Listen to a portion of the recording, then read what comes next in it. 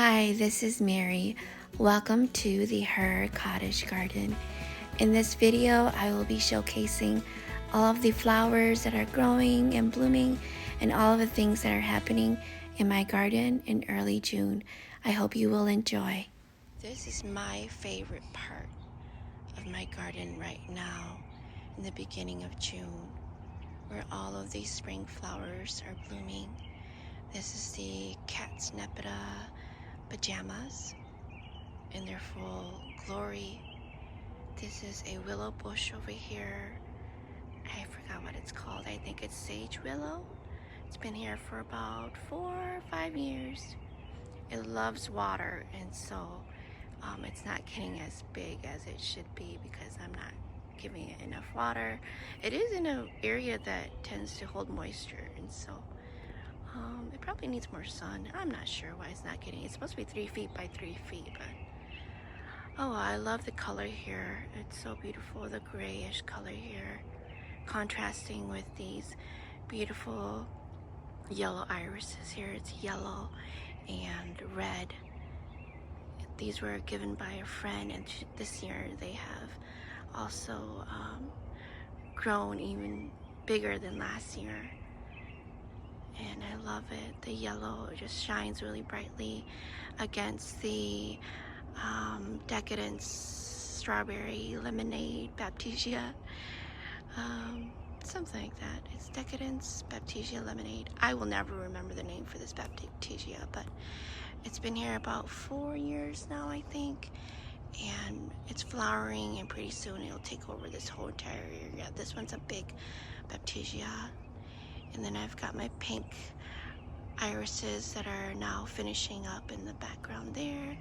And then my neighbor's lilac tree that always blooms around this time. It smells really yummy. And then my lilac bush here, the Declaration lilac bush, it is done. It did not bloom very well this year, and it could be because of our drought, or maybe I did too many cuttings last spring. These back here are the limelight hydrangeas. These should get really big and cover all this area here so we could get some privacy. This is a dark penstemon. I forgot the name of it. I'll put the name on the screen here, but this one did not do well last year, and this year it is growing very well. It's been here about 3-4 years too, and it actually self-seeded, and it has a baby down here also that I might give away to my sister. And then I've got the dwarf blue delphinium here, growing here. This was transplanted last year into this spot from a different part of my garden. And this is some Japanese anemone that grow wild and crazy over here. And so I've had to dig some up and put them under my maple tree in the front and try to maintain it. But they are beautiful when they bloom. I love the white. It really shines through this dark area over here, and it likes shade, and so it does very well over here, and it's moist over here, so it really likes it and thrives over here. Here's another limelight hydrangea that should be blooming in August. No, actually no, this is the Pinky Winky. Yes, this is the Pinky Winky hydrangea, and you can see it has a little variegation in the leaves right there, and it's always had this ever since I planted it here about 4 or 5 years ago. It likes to grow out these variegated leaves, which is really pretty. I don't really know what's causing it to have that that coloration. And then in between the Japanese anemone are some dwarf tiger lilies, which are really pretty. They have like an orangey pink flower on them. And then this is a dark red phlox that will bloom, I think, in July. And then I've got a clematis here. This is a bush clematis, not a climbing one. I'll put the name on the screen here. It's at the tip of my tongue. Something lavender is what I remember. And then in the back there is the pink irises that are done also, almost done. And then the incredible that got transplanted here from last year so you can get more shade, and hopefully you'll like it here and not be so burnt from the sun. And then there's my crazy dog. And then my generous gardener rose climber here. What I've noticed that the David Austin roses for me here in zone 5A, they die back. This is the 4th year this climber has been here, and it dies back every single year. Dies back every year. And so it's gonna have to regrow itself, and I don't think it'll ever get nice and big and bushy, but we'll see what happens this year. This is its 4th growing season in my garden, and so we shall see how it will do. But I don't think I'll be growing any more David Austin roses, because they don't, unless I do a method where I wrap it around really well with like burlap and with some weather protection cloth, then maybe it'll survive, but that's too much work. So I don't know if I'm gonna grow any more of the David Austin roses, but I did find out that there's some roses that another YouTuber grows here in Minnesota called, I think, the John Davis, and it's actually very, very hardy for her, and the stems do not die all the way back down. So it actually stayed, the canes actually survived our winter. And so yeah, I might I'll decide what to do with my David Austin roses. And I just ordered 2 more that are arriving tomorrow. Oh, and so now yeah, I'm a very lazy and impatient gardener, and I don't want to do much work in the garden. And if I have to take care of my roses like that every year and wrap them up, I'm not gonna grow in my garden anymore, because the winters here are harsh and the roses die back. Sorry, those are the garbage trucks. It's trash day today. So yeah, that's my generous gardener. Just wanted to give you guys a little tour of my favorite part of my garden at this time of the year.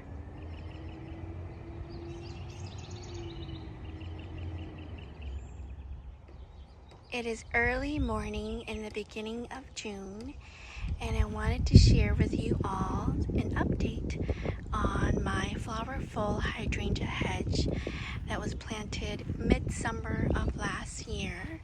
And so this is its 2nd growing season in my garden, and it is the beginning of June, and they are doing very well.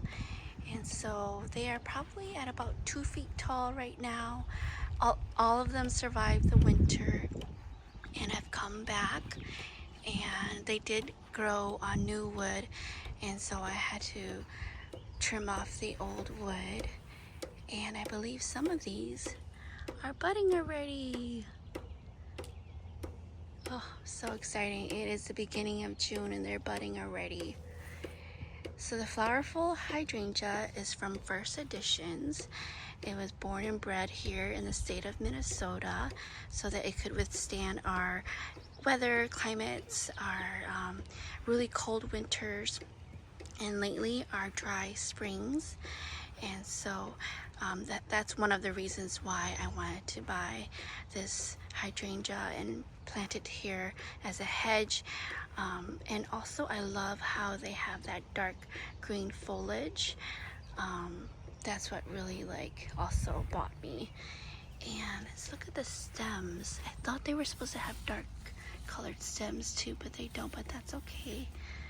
I thought I read somewhere that they do have that, maybe later in the season. But look, it's budding already. They will get about 3 to 4 feet tall and 4 to 5 feet wide. And so I realized that I may have planted them a little bit closer to the house than I should have, but we'll just wait and see. Maybe it'll just create this beautiful, massive hedge, and it'll just, be beautiful, and I won't care. So, yeah, it's about, I would say, 2 by 2 right now. And I am loving this hedge so far. I love the repetition of it against the wall here. This is a east facing wall, and so it will get sun in the morning up until maybe 2 in the afternoon, and then it'll get shade for the rest of the day. And so these plants should be able to take that much sun. They are an arborescens hydrangea, so they're a mop head, kind of like the Incredible. They can't take too much sun. Well, in my garden they can't take too much sun because my backyard is south facing, and so it gets blasted with heat. And so having them here on the east side where they get morning sun and then afternoon evening shade, I think should be perfect for these flowerful hydrangeas.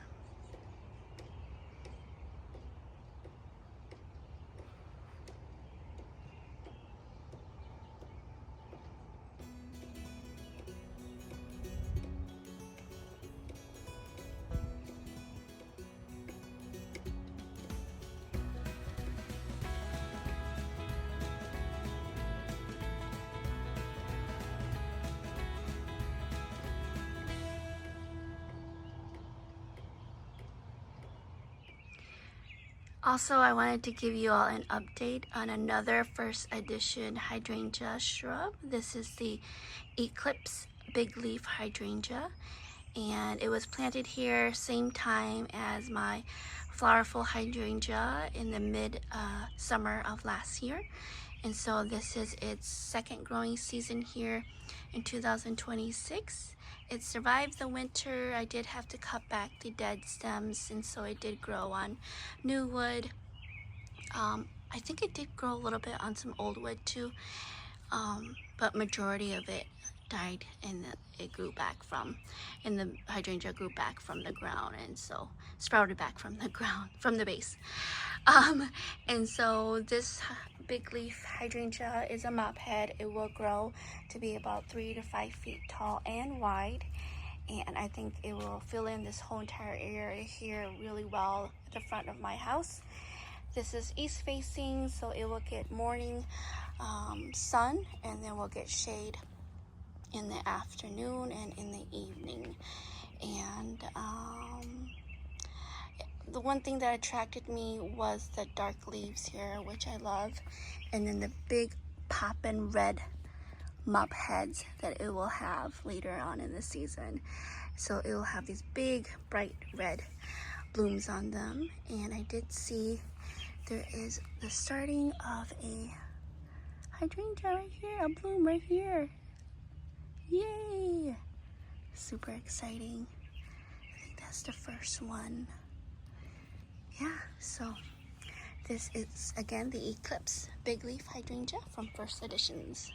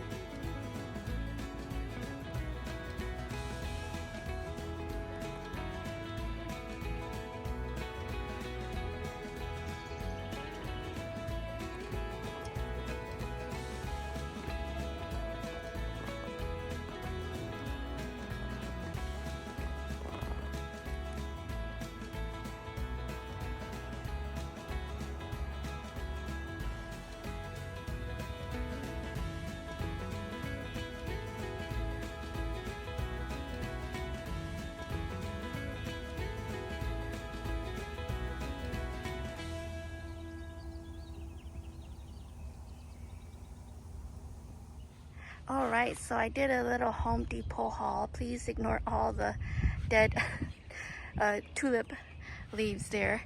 And I decided to amp up this garden of mine a little bit and fill in some holes. And so I went to Home Depot, did a little haul. I found this Amsonii called Storm Cloud, and it has dark stems and light blue, baby blue flowers on it. So I think it'll look really nice here. And so to fill in the hole, it is planted here. This is my first time growing this plant. And so let's see how it goes.